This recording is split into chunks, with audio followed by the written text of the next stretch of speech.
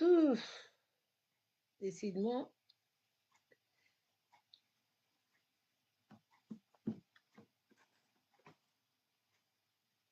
c'est compliqué.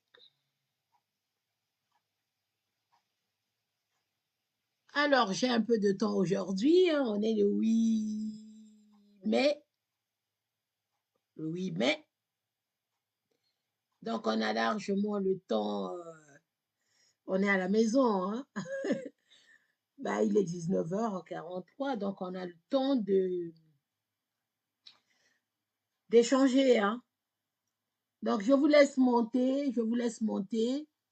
Alors, le débat qui secoue l'actualité, c'est le président Macron en France a reçu le Syrien, le tombeur de Bachar el-Assad. Ah là là là là là là. Non, mais sincèrement, chers compatriotes, je ne fais pas exprès, hein, mais c'est le débat. Le tombeur de Bachar a été reçu par le président Macron.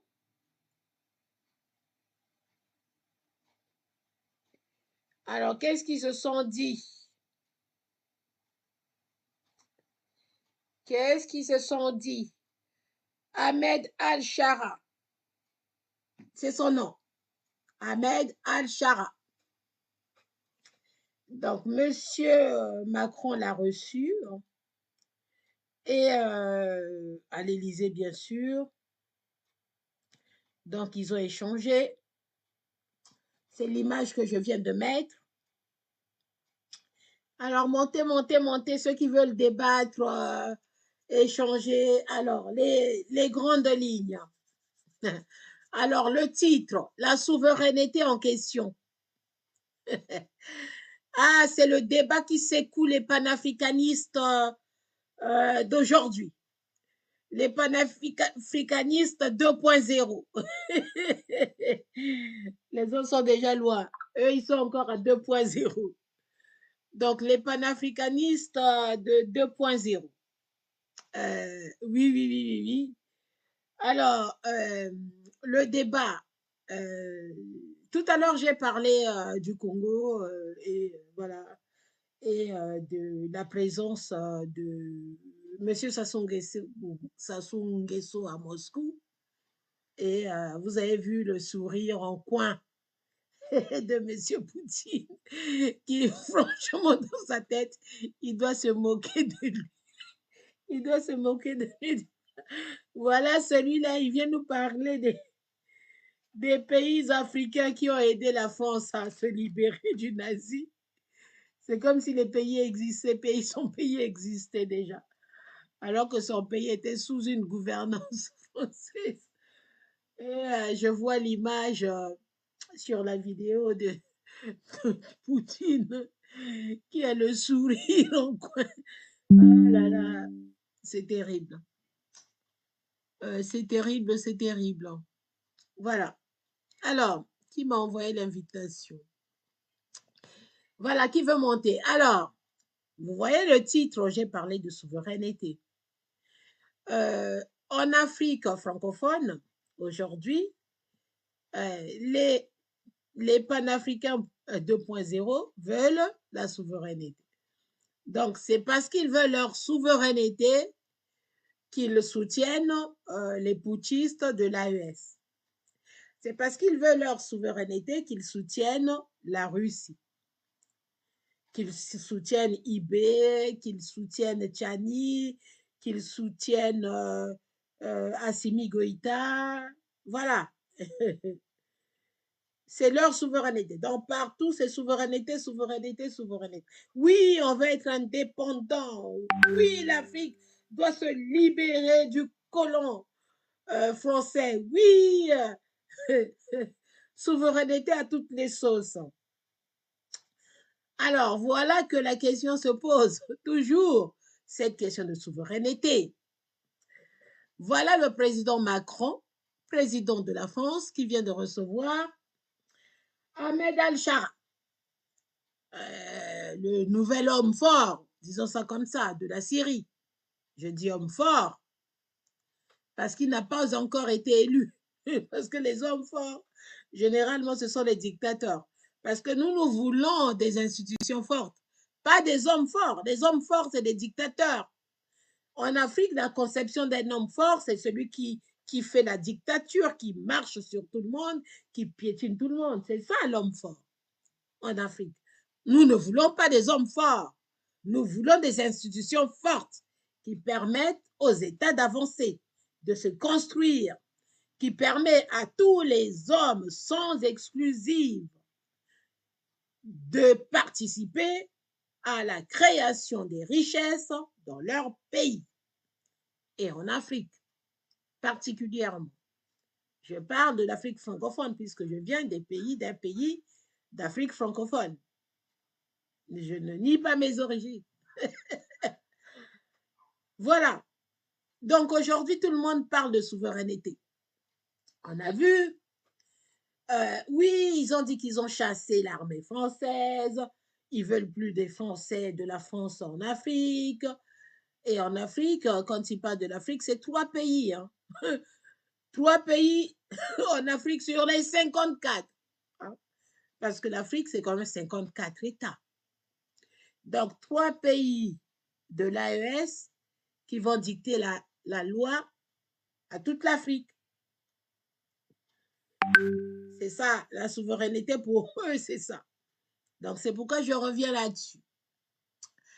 Donc, monsieur le président Macron, ben également, c'est un président d'un pays souverain.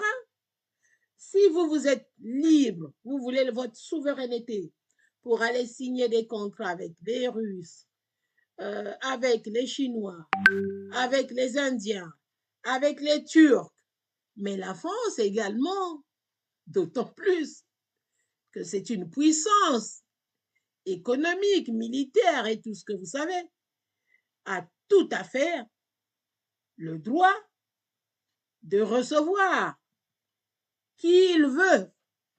C'est question de souveraineté, n'est-ce pas? La France également a le droit de recevoir Ahmed Al-Shara. Puisqu'il s'agit de la souveraineté de la France, pourquoi voulez-vous et de quel droit vous voulez votre souveraineté et que la France ne puisse pas appliquer sa souveraineté? De quel droit? Donc, je ne comprends pas pourquoi il y a l'agitation sur la toile. On a vu les présidents africains aller à Moscou. Ils sont tous en train d'aller faire la fête à Moscou. La fête pour la guerre qu'ils ont gagnée, la Seconde Guerre mondiale. On voit bien les Africains, les présidents africains y aller à Moscou. C'est aussi leur souveraineté d'y aller à Moscou, d'aller à Moscou. Quoique Moscou agresse l'Ukraine. Donc, il y a un chef d'État africain, je pense que c'est monsieur Tshisekedi de la RDC, hein, Fatih Bétan comme on l'appelle, qui avait dit, et le Sud-Africain également l'avait dit, pourquoi voulez-vous que vos ennemis, donc il s'adressait aux démocrates, à la France, à l'Occident, pourquoi voulez-vous, il était devant, je pense que devant les Français, pourquoi voulez-vous que nous, en Afrique, puissions être les ennemis de vos ennemis? Nous sommes libres de décider avec qui nous voulons aller. Donc, lors du vote des résolutions contre la Russie, pour son agression de l'Ukraine, il y a bien des présidents africains qui se sont abstenus. Et il y en a qui ont voté contre la résolution de condamnation du système de Poutine. C'est tout à fait dans leur droit.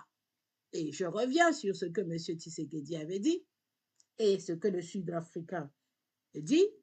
Pourquoi voulez-vous que nous, comme vous, vous êtes fâchés avec un pays et que nous également, nous puissions nous fâcher avec ce pays-là? Voilà, nous sommes des États souverains. Donc, nous décidons avec qui nous voulons coopérer, avec qui nous voulons signer des contrats, avec qui nous voulons collaborer. Et vous avez tout à fait le droit de signer des contrats avec les Chinois, avec les Russes et tout ce monde-là. D'accord? Vous pouvez signer vos accords de coopération avec tous ces pays-là. Alors, pourquoi aujourd'hui, la France qui reçoit Ahmad El Shara vous pose un problème? C'est également un pays souverain qui est libre de recevoir qui il veut et signer des contrats avec qui il veut. Voilà. Alors, vous êtes là à dire, voilà, il reçoit un terroriste. Ah oui, si vous le considérez comme un terroriste, pourquoi voulez-vous que la France également le considère comme un terroriste? Vous avez dit la même chose pour la Russie, pour Wagner. Vous avez dit la même chose. Oui, si vous pensez que c'est des mercenaires, vous les Occidentaux, c'est votre problème. Pour nous, ce n'est pas des mercenaires, c'est des gens qui viennent nous aider. Voilà le discours de l'Afrique aujourd'hui. Souveraineté, souveraineté. Mais il faut assumer également qu'on fasse qu'ils appliquent également leur souveraineté. Donc, ils reçoivent qui ils veulent. C'est partout pareil. Ben, la Russie également reçoit qui elle veut. C'est ça la souveraineté. Et gère ses coopérations comme... voilà. Sauf que la Russie, les autres, les démocrates, condamnent la Russie, condamnent Poutine, parce qu'il agresse le voisin. Et que ce voisin, c'était un État indépendant, comme tous les autres États de l'ex-URSS qui ont pris leur indépendance. Et je vois bien certains panafricains venir écrire la Russie n'a jamais colonisé personne. Alors, si la Russie n'a jamais colonisé personne, l'URSS, c'était quoi à l'époque? Pourquoi il y a eu des indépendances de ces anciens États de l'ex-URSS? Ils étaient combien? Combien d'États dans l'URSS? Et la plupart ont accédé à l'indépendance. Donc, y compris l'Ukraine, s'était détaché, a pris son indépendance. Alors aujourd'hui, on voit bien cette agression. Donc, vous soutenez cette agression. Vous avez dit que vous êtes libre de vos décisions parce que vous êtes des États souverains. Eh bien, en face également, la France est libre de ses décisions. C'est un État souverain également. D'autant plus que c'est une puissance militaire, c'est une puissance économique. Donc, vous n'allez pas lui dicter non plus à la France sa façon de faire sa diplomatie. Voilà. C'est le peuple français qui vote. Quand le peuple français choisit son président, ben, il le choisit en connaissance de cause. On est bien d'accord. Voilà, il choisit son président parce que ce président défend ses intérêts, les intérêts du pays. Donc, il ne viendra pas défendre les intérêts des Africains. Non. Je pense qu'il y a beaucoup de confusion par rapport à nous qui sommes de la diaspora africaine, dans le sens où le fait de posséder la nationalité de ces pays occidentaux, quand on va mettre notre bulletin dans l'urne, on a l'impression qu'on va voter pour un président qui va s'occuper de l'Afrique. Et c'est la même chose que j'ai entendue quand on a voté Barack Obama aux États-Unis.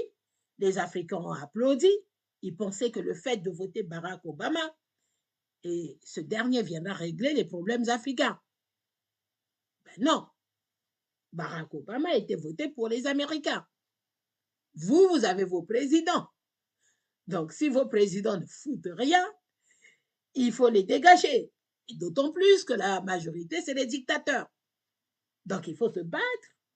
Il faut se battre pour changer les choses. C'est la seule chose qu'il faut faire.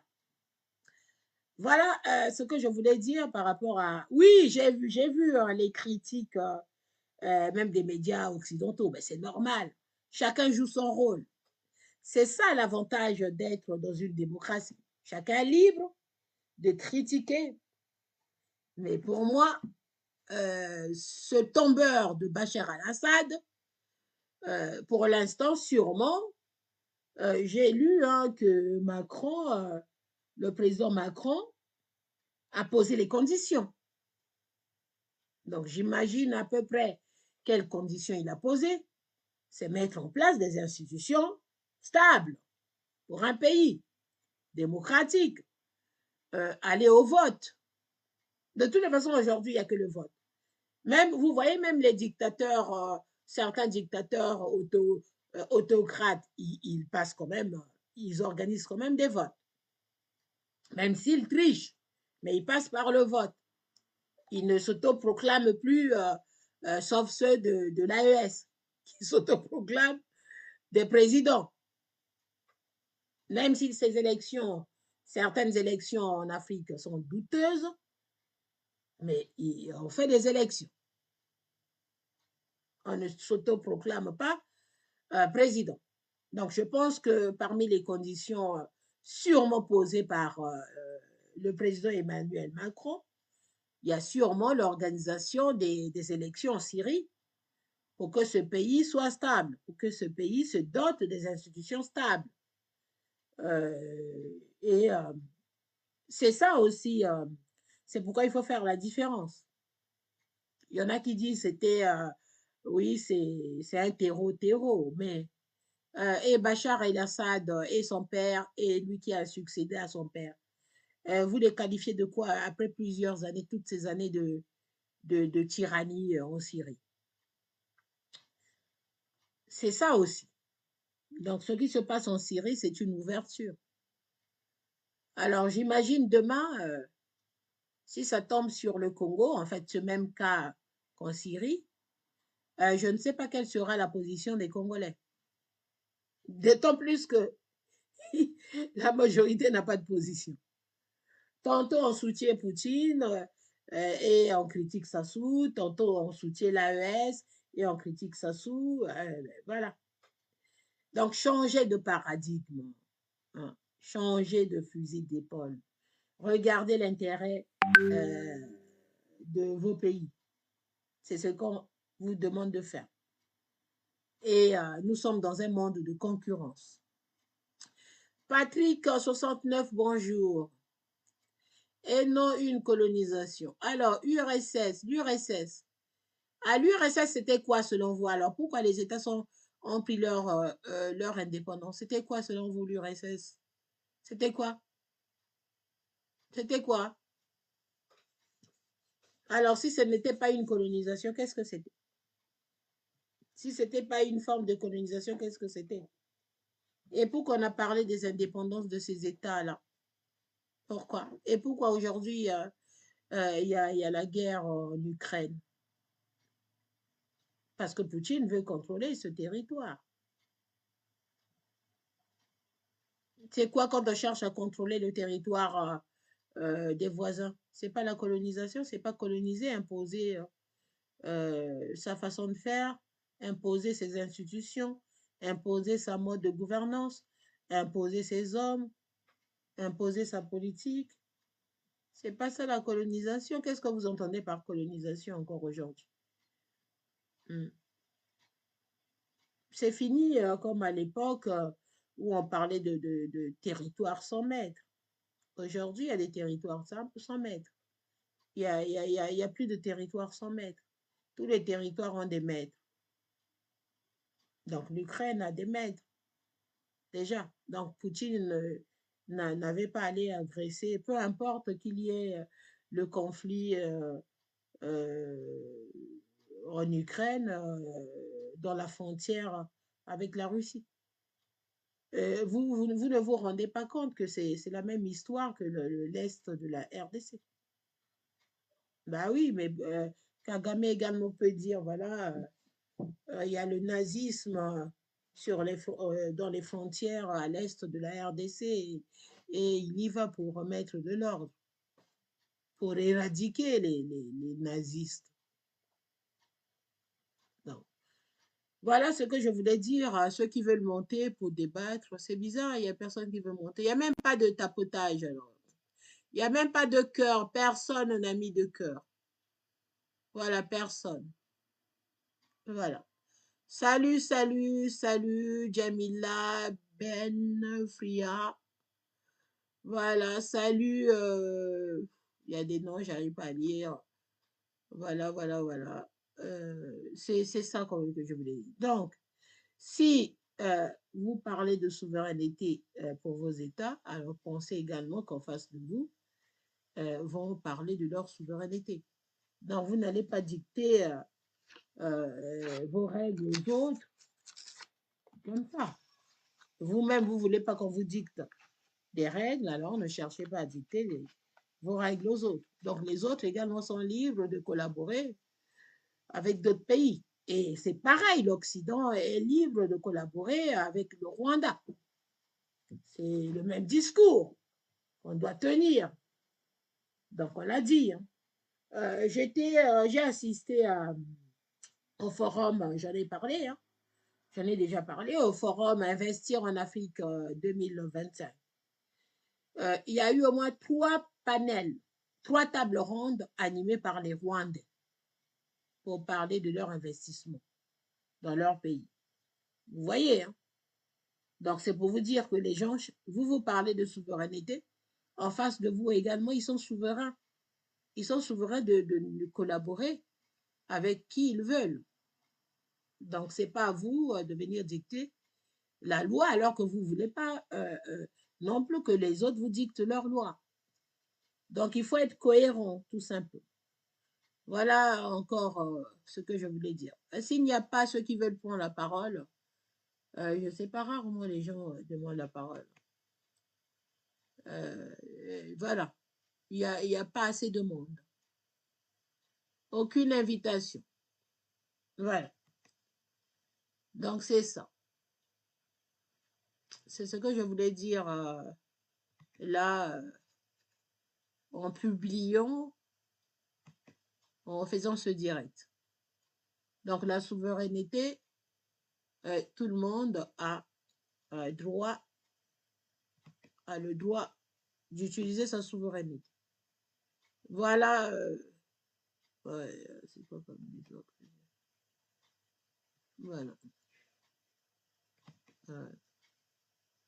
Je pense que je vais m'arrêter là. Et voilà, voilà, voilà. On se retrouve, je sais pas quand. Ah, j'ai toujours du mal, moi, avec les directs. J'ai l'habitude d'écrire, alors les directs, c'est toute une histoire. Il faut que je m'habitue hein, pour faire des directs. Voilà, voilà, je vous remercie. Je remercie tous ceux qui ont participé, hein, même si vous n'avez même pas tapoté. Voilà, vous n'avez même pas tapoté. Alors, je vais m'arrêter là. Je ne le vois même pas. Vous n'avez pas tapoté. Voilà. Donc, ça ne sert à rien de continuer. Je voulais juste parler de la souveraineté.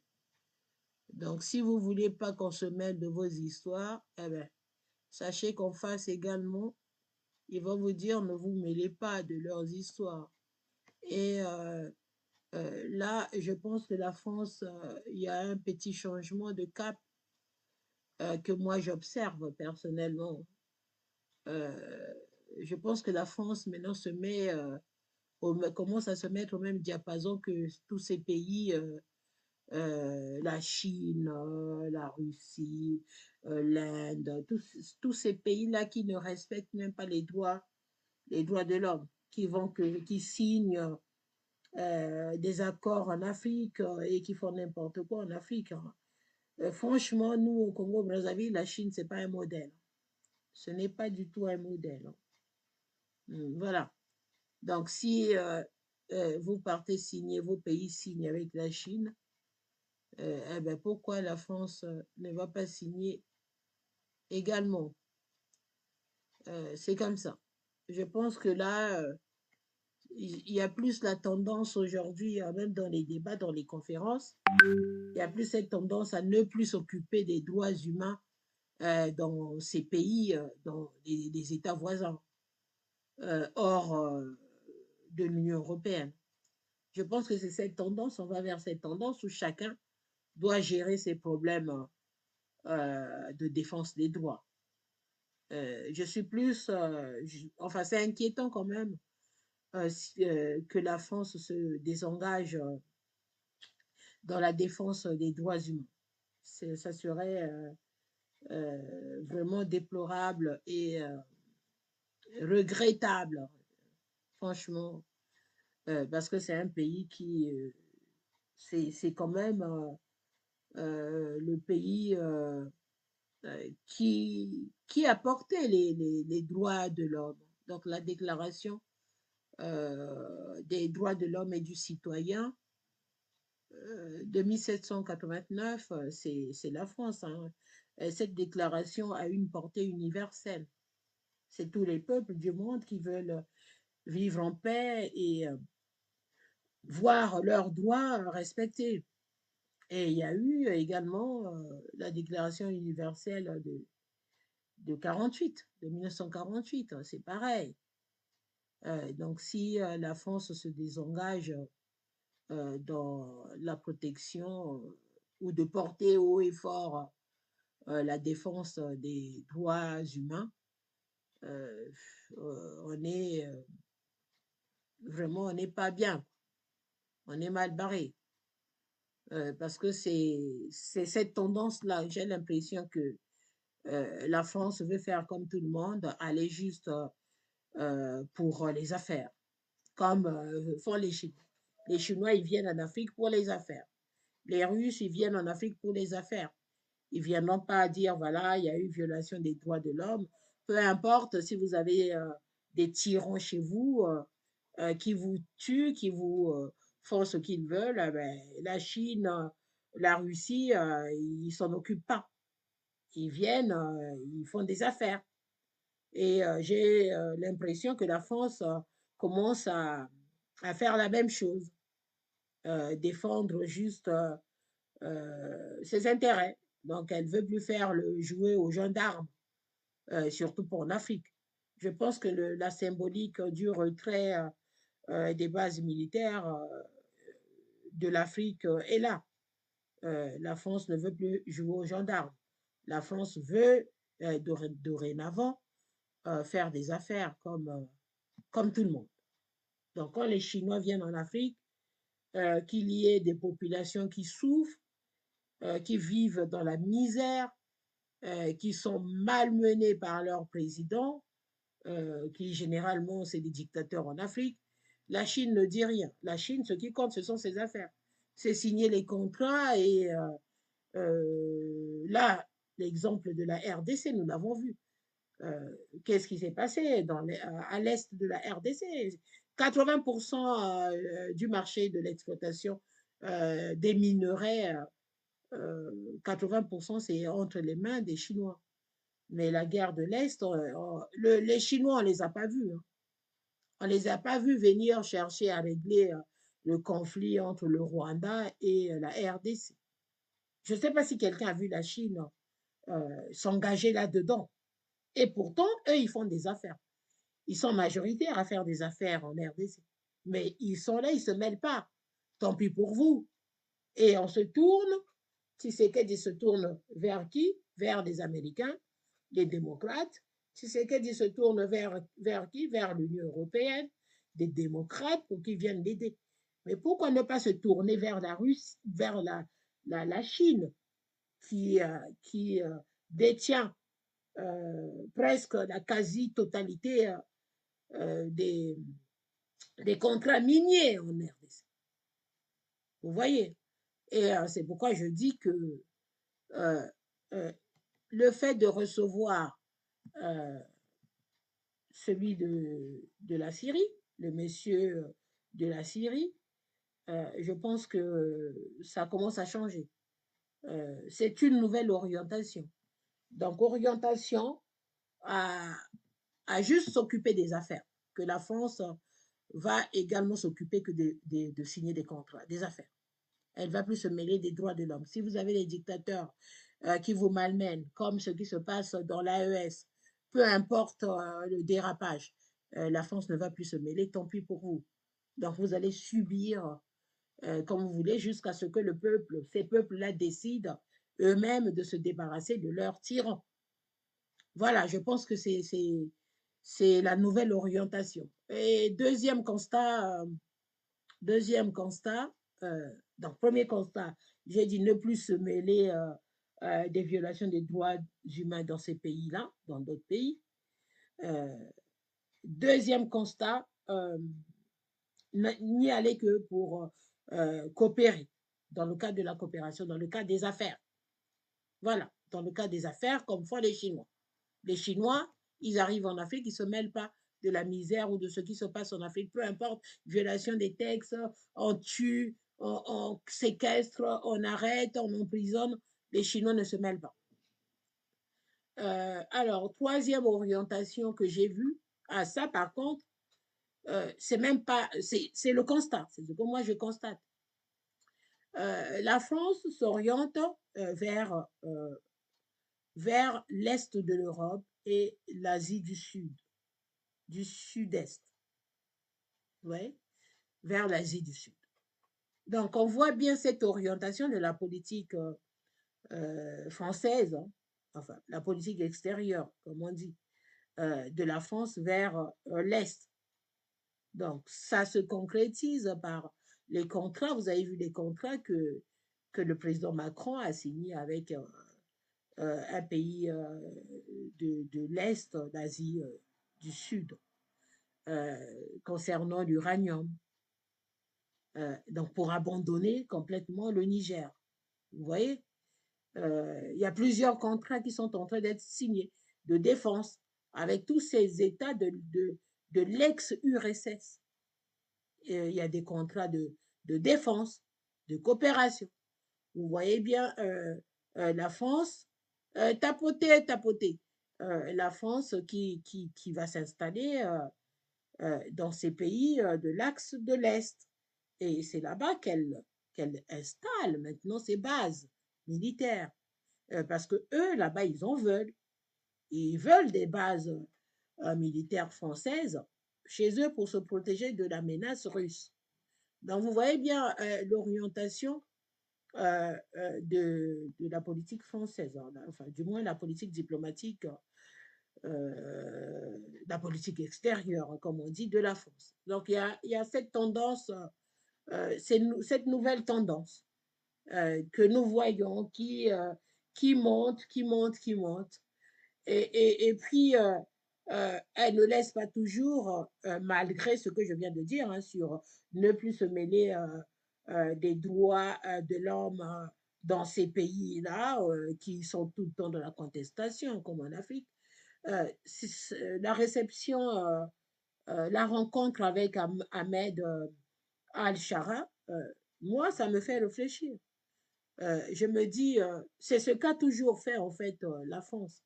Elle préfère avoir un œil, que ça soit dans les dictatures ou des régimes autocratiques. Hein. Elle a tendance. C'est ce côté justement de pionnière des droits humains. Mais ça reste quand même. Ça reste. Hein. C'est ce côté justement qui permet. Ça reste. Hein. C'est ce côté justement qui permet cela. Ça reste quand même, même si elle veut se comporter, appliquer une politique, la même politique que les autres, aller juste, par exemple, en Afrique pour les affaires, tant pis s'il y a violation des droits humains. Mais il y a quand même ce côté qu'elle garde. qui est celui de toujours avoir un œil sur ce qui se passe dans ces territoires-là où il y a des questions de violation des droits humains. C'est-à-dire, vaut mieux les avoir de près pour les empêcher euh, de faire n'importe quoi. Je pense que c'est ça qu'il faut comprendre. Donc, ce président qui a été reçu, hein, sûrement qu'on lui a dit des choses. La France, le président Macron a dû lui dire qu'il doit organiser des élections. Ça, c'est sûr. Mais c'est également une façon d'avoir un œil. Parce que rayonner sans agir, sans se mêler des affaires du monde, c'est abdiquer. Hein, je fais court. Hein, je fais court. Rayonner sans agir, hein, sans se mêler justement de tout ce qui se passe dans le monde, c'est abdiquer. Or, la France, je pense que elle va pas abdiquer. Elle va juste, elle réoriente sa politique extérieure. Et puis, il y a une chose hein, là, je le dis aux Africains, qu'aujourd'hui, la France agit dans un cadre qui est donné. Hein. C'est celui de l'Union européenne. Donc, il y a eu beaucoup de traités hein, qui se sont succédés, qui ont permis le transfert de beaucoup de compétences vers l'Union européenne, vers les institutions de l'Union européenne, même si on n'est pas encore dans un fédéralisme, hein, mais il y a eu un transfert. Vous voyez comment ils gèrent ensemble le conflit ukrainien. Vous voyez comment ils gèrent ensemble euh, les énergies pendant cette crise, cette guerre entre la Russie et l'Ukraine. Donc vous voyez bien comment ils gèrent ensemble l'aide apportée à l'Ukraine. Voilà donc ce que je voulais dire aujourd'hui. Hein. C'est pas la peine de rester longtemps. Il n'y a même pas de tapotage. Franchement, il n'y a personne qui me suit. Alors, donc, ouais, il n'y a personne qui me suit. Ben, je vais m'arrêter là. Une personne qui vient de nous rejoindre. Mais bon, si vous voulez du replay, il faut aller sur ma chaîne YouTube. Je vais partager tout ce que je dis. Hein. J'ai plusieurs vidéos directes, live que je n'ai pas encore partagées sur Facebook, donc je vais partager. Alors, donc, retenez seulement que la France également est un État souverain. Donc, elle a tout à fait le droit de recevoir qui, elle, qui elle veut et coopérer avec qui elle veut, comme vous en Afrique, vous avez décidé de coopérer avec qui vous voulez. Voilà. Donc, il faut accepter cela. C'est fini. Vous êtes des États souverains. Prenez-vous en charge. Et je pense que même se mêler des droits humains en Afrique, vous voyez, la France le fait de moins en moins. Si ce n'était pas le cas, elle n'allait pas reconnaître les passeports de l'AES. La France dit après tout, c'est pas c'est à ces populations-là, à ce peuple de l'AES, de voir ce qui est bien pour eux. Donc, s'ils veulent vivre dans la dictature, dans la tyrannie, ben, ils sont libres. Voilà pourquoi. La Chine les laisse faire ce qu'ils veulent. Donc, on va faire comme la Chine. Tant pis. S'il y a violation des droits et quoi que ce soit, eh bien, tant pis. Chaque population doit se défendre à sa manière. C'est ça la souveraineté maintenant. La vraie souveraineté qu'on veut. Voilà. Qui est chantée par. Voilà un peu ce que je voulais dire par rapport à cette image, cette rencontre à l'Élysée entre le président Macron et Ahmed Al-Shara, le nouveau président de la Syrie, le tombeur de Bachar el-Assad et famille. Voilà. Bon, c'est à vous de voir. Hein. Il y a forcément un temps de transition et sûrement la France va peut-être peser de tout son poids pour que la Syrie retrouve des institutions un peu plus démocratiques qu'elle ne sombre pas dans l'islamisme où les femmes sont tyrannisées, brutalisées. Oui, voilà, je m'arrête là. Merci Isaor d'avoir partagé. Merci beaucoup, merci beaucoup. J'arrive à la fin, je fais plus longtemps. Voilà, deuxième direct de ce jour, hein, c'est sur cette visite. Voilà, donc je conclus, hein. Vous parlez de souveraineté en Afrique, et bien la France également est souveraine et décide de ce qu'elle veut. Voilà, ce qui va dans ses intérêts, d'autant plus que c'est une puissance militaire. C'est une puissance militaire, oui, forcément. Il faut qu'elle vende également son matériel militaire, parce que les entreprises qui produisent tout ça, tous ces équipements doivent fonctionner. C'est des entreprises qui ont des salariés. Euh, voilà, il faut maintenir le circuit de production pour tous ces gens qui travaillent, qui gagnent leur vie dans la production des armes. C'est ça le réalisme, hein. Voilà, donc nous, on ne rêve pas.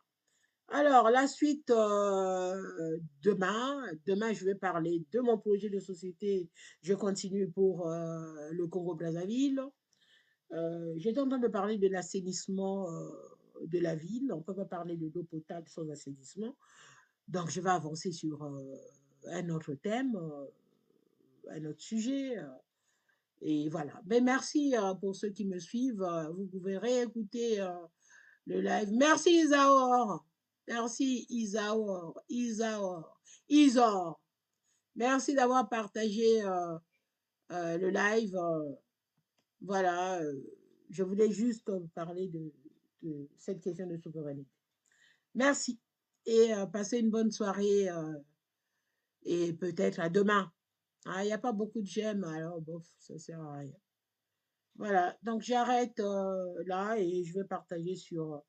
Je pense que la prochaine fois, j'irai sur YouTube directement. Je vais commencer par faire mes directs sur YouTube, ma chaîne YouTube, hein, Alphonsine Mikuiza. C'est le même nom, hein, je ne me cache pas. C'est mon nom. C'est mon nom de jeune fille. Merci et à bientôt. Portez-vous bien. Encore une fois. Bonne fin de journée voilà, du 8 mai. Voilà, une journée très symbolique, journée voilà, du 8 mai. Voilà, une journée très symbolique pour ceux qui ont combattu le nazisme. Voilà, merci et à bientôt.